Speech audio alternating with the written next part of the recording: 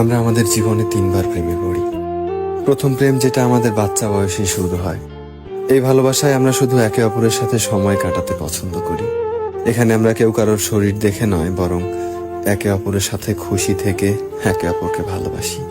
এটাতে সম্পর্কের চাইতে বন্ধুত্বটাই বেশি হয়, যেটা ধীরে ধীরে আমাদের অনেক আপন হয়ে যায়। এই ভালোবাসায় মনে হয় যে এই মানুষটা কোনোদিনই আমাদের জীবন থেকে হারাতে পারবে না। কিন্তু বেশিরভাগ ক্ষেত্রেই ভালোবাসাগুলো না ছোট ছোট কারণের জন্য শেষ হয়ে যায়, আর আমাদের ব্রেকআপ হয়ে যায় একটা সময়। তারপর আমরা আমাদের জীবনে দ্বিতীয়বার ভালোবাসায় পড়ি, আর এই দ্বিতীয়বার ভালোবাসায় পড়ার পর আমরা মনে করি এটাই তো আমাদের জীবনের সেই ভালোবাসা যেটা আমি এতদিন ধরে খুঁজে এসেছি। এই দ্বিতীয় ভালোবাসা যখন আমাদের জীবনে আসে, তখন সে নিজের সাথে আমাদের জন্য অনেক শিক্ষা নিয়ে আসে, আমাদের জন্য ধোঁকা নিয়ে আসে। এই ভালোবাসা আমাদের জীবনে কষ্টও কিন্তু নিয়ে আসে, আমাদেরকে ভালো মানুষ আর খারাপ মানুষের তফাৎটা বুঝতে শেখায়। এই সম্পর্কের শুরুটা দেখে তো মনে হয় এটা শেষ অবধি থাকবে, কিন্তু যতদিন এগিয়ে যায় আশা তত কমতে থাকে। এই সম্পর্ক না আমাদের একটা নতুন মানুষ বানিয়ে দেয়, আর যখন তুমি এই সম্পর্কের থেকে বের হবে, তখন তুমি নিজেকে একজন আলাদা মানুষ হিসেবে দেখতে পারবে। এই সম্পর্কে তুমি বড় হয়ে ওঠো, ম্যাচিউর হও। তুমি যখন এই সম্পর্কের থেকে বের হও, তখন তোমার মনে হয় যেন এই জীবনে তোমার দ্বারা আর কোনো প্রেমই হবে না। তারপরই আসে থার্ড লাভ।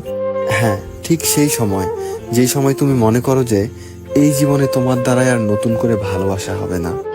তখনই একটা মানুষ তোমার জীবনে সারপ্রাইজের মতো এসে পড়ে, যে ভালোবাসাকে তোমার আলাদা করে খুঁজতে হয় না।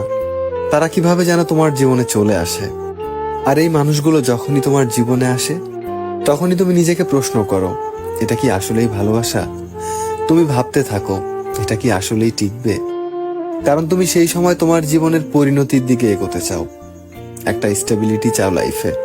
কিন্তু খুব তাড়াতাড়ি তুমি এটাও বুঝতে শিখে যাও যে এই মানুষটা আসলেই অনেক আলাদা। এই মানুষটার ভালোবাসার ধরন আসলেই আগের সম্পর্কগুলোর থেকে আলাদা।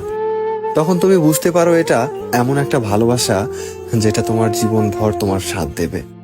তোমরা একে অপরকে বিশ্বাস করতে শুরু করো, দুজনের মাঝে কোনো হারানোর ভয় থাকে না।